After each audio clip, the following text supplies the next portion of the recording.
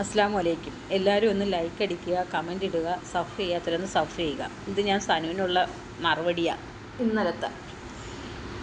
എൻ്റെ സനു ചേച്ചി, നിങ്ങൾ ഇന്നലെ വന്നിരുന്നിട്ട് പറഞ്ഞ് ഫിജോ ചേച്ചിയാണ് നിങ്ങളുടെ മോളുടെ കൈ മുറിച്ചത് പറഞ്ഞതെന്ന്. ഒരിക്കലുമല്ല.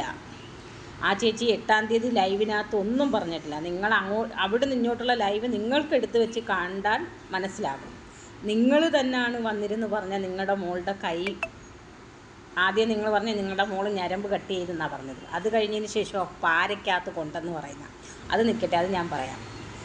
നിങ്ങൾ നല്ലൊരു സ്ത്രീ ആണെങ്കിൽ നിങ്ങൾ നല്ല കണക്ക് ആലോചിച്ച് ചിന്തിച്ചിരുന്നിട്ട് കാര്യം മനസ്സിലാക്കുക.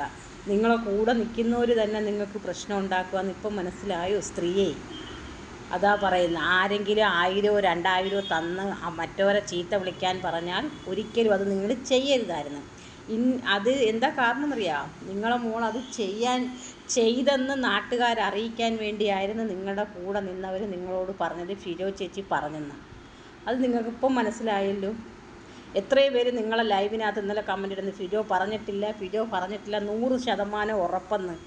ഒരു ഒത്തിരി പേര് പറയുന്നുണ്ടായിരുന്നു. അതെന്നേരം നിങ്ങൾക്ക് മനസ്സിലായോ സ്ത്രീയെ? ഇനിയെങ്കിലും നിങ്ങളെ മോളെ നിങ്ങൾ മരണത്തിന് വിട്ടു കൊടുക്കാതിരിക്കുക. കൂട്ടുകെട്ടിൽ നമ്മൾ ജന്മം നൽകിയ കുഞ്ഞുങ്ങളില്ലാതാവുമെന്ന് നിങ്ങൾ ചിന്തിക്കുക. നിങ്ങളുടെ മോൾ ഇല്ലാതാവാതിരിക്കാൻ വേണ്ടി നിങ്ങൾ നിങ്ങളുടെ കൂട്ടുകെട്ട് വിടുന്നതാണ് വൃത്തി. നിങ്ങൾക്ക് നല്ല രീതിയിൽ ലൈവ് ചെയ്ത് ജീവിക്കാം, അത് ചെയ്യാം. അല്ലാതെ വന്നിരുന്ന് നാട്ടുകാരെ ചീത്ത വിളിക്കുന്നതല്ല മര്യാദ. പക്ഷേ ഇനി നിങ്ങളിൽ നിന്നും നിങ്ങൾക്കൊരു നഷ്ടം വരുന്നത് നിങ്ങളെ മോളും മരണത്തിന് കീഴടങ്ങുമ്പോഴാണ്. അന്ന് നിങ്ങൾ ചിന്തിക്കുക, നിങ്ങളെ കൂടെ നിന്നവർ നിങ്ങളെ ചതിക്കുകയായിരുന്നെന്ന്. അത് നിങ്ങൾ ചിന്തിക്കുക. അതേപോലെ നിങ്ങൾ വന്നിരുന്ന് വേണ്ടാത്ത അനാവശ്യങ്ങൾ എന്തൊക്കെയാണ് പറയുന്നത്? ആ നിങ്ങൾ തനൂജയുടെ മോളെ പറഞ്ഞിട്ടില്ലേ? ഫിജോ ചേച്ചിയുടെ മക്കളെ പറഞ്ഞിട്ടില്ലേ? എന്നിട്ട് നിങ്ങൾ വന്നിരുന്ന് ലൈവിനകത്ത് ചോദിക്കുന്നത് ഞാൻ ഏതെങ്കിലും മക്കളെ പറഞ്ഞിട്ടുണ്ടോയെന്ന്. നിങ്ങൾ പറഞ്ഞിട്ടേ ഉള്ളൂ. നിങ്ങളുടെ ലൈവ് നിങ്ങൾ മുക്കിയില്ലെങ്കിൽ അതിനകത്ത് കാണാം. പിന്നെ എല്ലാവരുടെ കയ്യിലും നിങ്ങളെ ലൈവ് റെക്കോർഡിംഗ് ഉണ്ട്. അതിനകത്ത് അതെടുത്ത് അവർ പുറത്തിടുമ്പോൾ അറിയാം നിങ്ങൾ പറഞ്ഞിട്ടുള്ള കഥകൾ ആ കുഞ്ഞുങ്ങളെപ്പറ്റി. അതാ പറഞ്ഞത്. നിങ്ങൾ പറഞ്ഞ കണക്ക് മക്കളെ കണ്ടു മാമ്പൂനെ കണ്ടു എന്തോ കൊതിക്കല്ലേ എന്ന് നിങ്ങൾ പറഞ്ഞില്ലേ ഒരു ദിവസം? അതുകൊണ്ട് നിങ്ങളൊന്ന് ചിന്തിക്കുക. ഒരു മക്കളെ നമ്മൾ വേറെ അന്യ കുഞ്ഞുങ്ങളെ നമ്മൾ പറയരുത്. നമ്മുടെ വയറ്റിൽ നിന്ന് വന്നതൊരു പെൺകുഞ്ഞാന്ന് നിങ്ങൾ കരുതുക. പിന്നെ പണ്ടത്തെ പാരക്കമ്പി എന്ന് പറഞ്ഞാൽ നമ്മൾ തറയിൽ കുത്തിയിട്ട് തേങ്ങ പൊതിക്കുന്നതാണ്. ഇപ്പോഴെന്ന് പറഞ്ഞാൽ ഇപ്പോൾ എന്തോ ഞങ്ങളുടെ വീട്ടിൽ ഇരിക്കുന്നത് പറഞ്ഞാൽ നമ്മുടെ ഓട്ടോമാറ്റിക്കാണ്. നമ്മളിങ്ങനെ തേങ്ങ കുത്തിയിട്ട് ഇങ്ങനെ കമ്പി പിടിച്ച് വലിക്കുമ്പോൾ തേങ്ങ പൊതിഞ്ഞ് വരും. പിന്നെ ആ പണ്ടത്തെ പാരയ്ക്കകത്താണെങ്കിൽ നിങ്ങളുടെ മോള് തേങ്ങ പൊതിച്ച് നിങ്ങളോ നിങ്ങളുടെ ചേട്ടത്തിയോ വിളിച്ച സമയത്ത് തേങ്ങ തെറിച്ചു പോയി ആ കുഞ്ഞ് എവിടെ ചെന്ന് വീഴുവെന്നേ ഈ നിങ്ങൾ പറയുന്ന കേൾക്കുന്ന കാണികൾക്ക് മനസ്സിലാവത്തില്ലേ? നമ്മൾ ചെന്ന് വീഴുന്ന പാരയ്ക്കകത്തായിരിക്കും. ഒന്നേ നമ്മുടെ നെഞ്ചിനകത്ത് കൊത്തു കയറും, അല്ലെങ്കിൽ വയറ്റ്. ഇത് രണ്ടും അല്ലാതെ സംഭവിക്കാതെ കൈ മുറിയത്തില്ല. എന്തിനാ ഈ വന്നിരുന്ന് കള്ളത്തരങ്ങൾ വിളിച്ച് പറയുന്ന? നിങ്ങൾ തന്നെ നാണം കെടുന്നത് സ്ത്രീയെ. അതിനേക്കായി ഉപരി ആ കുഞ്ഞ് നിങ്ങളുടെ ലൈവ് നിങ്ങളുടെ ചേട്ടത്തിയുടെ ഫോണിൽ വല്ലതും കാണുവാണെങ്കിൽ ആ കുഞ്ഞിനും അതിൻ്റെ മനോവിഷമം ഉണ്ടാകും. ഇനിയെങ്കിലും നിങ്ങൾ ചിന്തിച്ച് ജീവിക്കുക സ്ത്രീയെ. നിങ്ങൾ 2-3 കല്യാണം കഴിച്ചില്ലേ? അതിലെങ്കിലും നിങ്ങൾക്ക് വിദ്യാഭ്യാസം ഉണ്ടെന്ന് പറയുന്നു. ഇതെങ്കിലും നിങ്ങൾ കാണിച്ച് നിങ്ങൾ നല്ല രീതിയിൽ ജീവിക്കാൻ നോക്കുക. നിങ്ങൾ ഇന്നലെ വന്നിരുന്ന് എന്തൊക്കെയാ ചീത്തകൾ പറഞ്ഞത്? ഫിജോ ചേച്ചിയുടെ ലൈവ് നടക്കുമ്പോൾ തന്നെ ഞാൻ കണ്ടിട്ടുണ്ടായിരുന്നു. അന്നേരം നിങ്ങൾക്ക് ഈ കമൻ്റ് ഇടുന്ന പെണ്ണുങ്ങൾ പറയുന്നത് നിങ്ങളെടുത്ത് അവർ രേഖകൾ ചോദിക്കുക. അത് കൊടുക്കാൻ വേണ്ടിയാണ് അവൾ അതിരുന്ന് പറയുന്ന അല്ല. അതാ പറഞ്ഞത്. നമ്മളിപ്പം എവിടെ ചെന്ന് ഒരു ലോഡ്ജിൽ റൂം എടുക്കുകയാണെങ്കിൽ നമ്മൾ പള്ളികളിൽ പോകുന്നതിലും നമ്മുടെ ആധാർ ചോദിക്കും. ഇല്ലെന്ന് നിങ്ങൾക്ക് പറയാൻ പറ്റുമോ? ആധാർ കൊടുക്കണം, ഫോൺ നമ്പർ കൊടുക്കണം, നമ്മുടെ ഫുൾ അഡ്രസ്സ് കൊടുക്കണം. അതൊക്കെ അവിടെ തെളിയുന്നതാണ്. എന്ന് പറഞ്ഞാൽ നമ്മൾക്ക് ആ റൂമിൽ വെച്ച് എന്തെങ്കിലും സംഭവിച്ചു പോയാൽ അവർക്ക് നമ്മളെ വിളിച്ചറിയിക്കേണ്ട കാര്യങ്ങളാണ്. ഞങ്ങൾ മധുരയിൽ പോകാറുണ്ട്. അവിടെ ചെല്ലുമ്പോൾ ഞങ്ങൾ റൂം എടുക്കുന്ന സമയത്ത് ഞങ്ങളുടെ ആധാറാണ് കൊടുക്കുന്നത്. പിന്നെ അതേപോലെ നിങ്ങളും ഷെഫീന ബീവി ഇരുന്ന് പറഞ്ഞ് തനൂജ അബോർഷൻ ചെയ്തിട്ടുണ്ടെന്ന്. കോട്ടയം മെഡിക്കൽ കോളേജിൽ മിനിയെന്ന് പറഞ്ഞാണ് അബോർഷൻ ചെയ്തതെന്ന്. ഏത് ഹോസ്പിറ്റലിലാണ് ആധാറും രേഖകളും കൊടുക്കാതെ അബോർഷൻ ചെയ്യുന്നത്? നിങ്ങളൊന്ന് പറഞ്ഞു തന്നേ.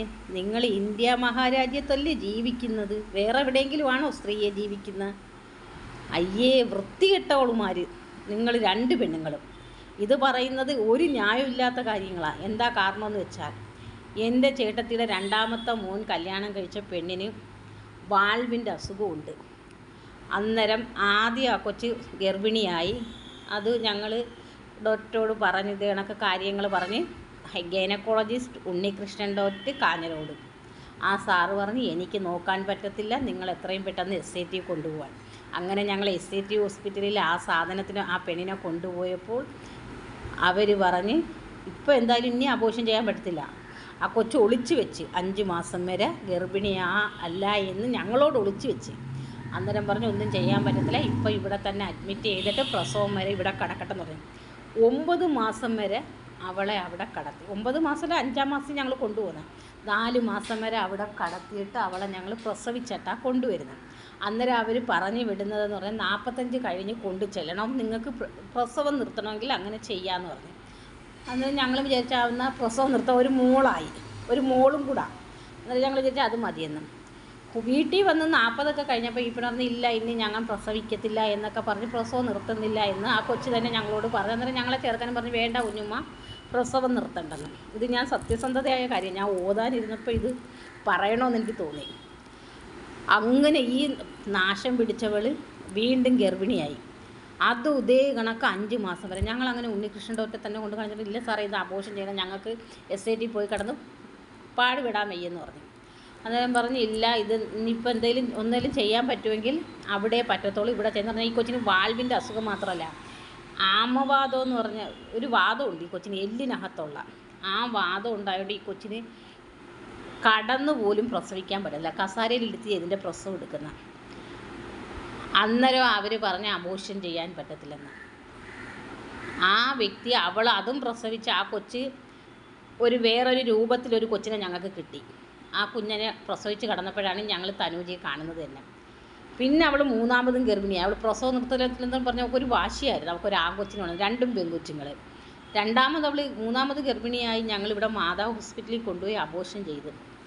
ആധാർ, റേഷൻ കാർഡ്, പിന്നെ ഭർത്താവിൻ്റെ ആധാർ, ഇതെല്ലാം മേടിച്ച് വെച്ചിട്ട് അവിടെ ഞങ്ങൾക്ക് 3ാമത്തെ കൊച്ചിനെ ആ പെണ്ണിനെ അബോർഷൻ ചെയ്ത് കൊടുത്തത്. 15,000 രൂപയാണ് ഒരു അബോർഷൻ ചെയ്തതിന് തന്നെ ആയത്. നീയൊക്കെ വന്നിരുന്ന് ഈ നാടകങ്ങൾ കള്ളത്തരങ്ങൾ പറയുമ്പോഴേ എന്താണെന്ന് ചിന്തിച്ചിട്ട് വേണം വന്നിരുന്ന് പറയാൻ. ഒരിക്കലും നടക്കാത്ത, അതും പിന്നെ ഗവൺമെൻറ് ഹോസ്പിറ്റലിൽ ഒട്ടും ചെയ്യത്തില്ല. പ്രൈവറ്റിലാണെങ്കിൽ അതും ചെയ്യും, ഗവൺമെൻറ് ഹോസ്പിറ്റലിൽ ചെയ്യത്തില്ലെന്ന് പറഞ്ഞ കാര്യം അവർക്കറിയാം. അതിൻ്റേതായ നിയമങ്ങൾ പല കുരുക്കുകളാവും. അത് ചിന്തിക്കാതെ വന്നിരുന്ന് നാക്കെടുത്ത് കള്ളത്തരം വളച്ചൊടിക്കുന്ന നീയൊക്കെ ഒരിക്കലും നന്നാവത്തില്ല. പിന്നെ സനു എന്ന് പറയുന്ന വ്യക്തിയോട് പറയുക, ഇനിയെങ്കിലും ഈ കമൻ്റ് ഇടുന്നവരോ വായിന്നും കേട്ടിട്ട് നാട്ടുകാരെ ചെന്നിരുന്ന് ചീത്ത വിളിക്കാതെ കേട്ടോ. സ്ത്രീയെ, സ്വന്തം മോളിപ്പം മരണക്കിടക്കയിൽ നിന്ന് രക്ഷപ്പെട്ടില്ലേ, ഇനി ആ കൊച്ചിനെ നീ മരണത്തിലേക്ക് വിട്ടുകൊടുക്കാതിരിക്കുക, അതിനുമായിട്ട് ജീവിച്ചു പോകാൻ നോക്കുക. അല്ലാതെ അമ്മ വന്നിരുന്ന് ഈ ആക്ഷേപങ്ങൾ വിളിക്കുന്നത് ആ കുഞ്ഞിനെ എത്ര പേര് ചോദിക്കുമെന്നറിയാവോ? ഒരു വൃത്തികെട്ട സ്ത്രീയായി പോന്നല്ലോ നീ. നിൻ്റെ കൂടെ നിൽക്കുന്നവർ തന്നെ നിന്നെ ചതിക്കുക, അത് നീ ചിന്തിക്കുക. ഇത്രേ പറയുന്നുള്ളൂ, എനിക്ക് വേറൊന്നുമില്ല.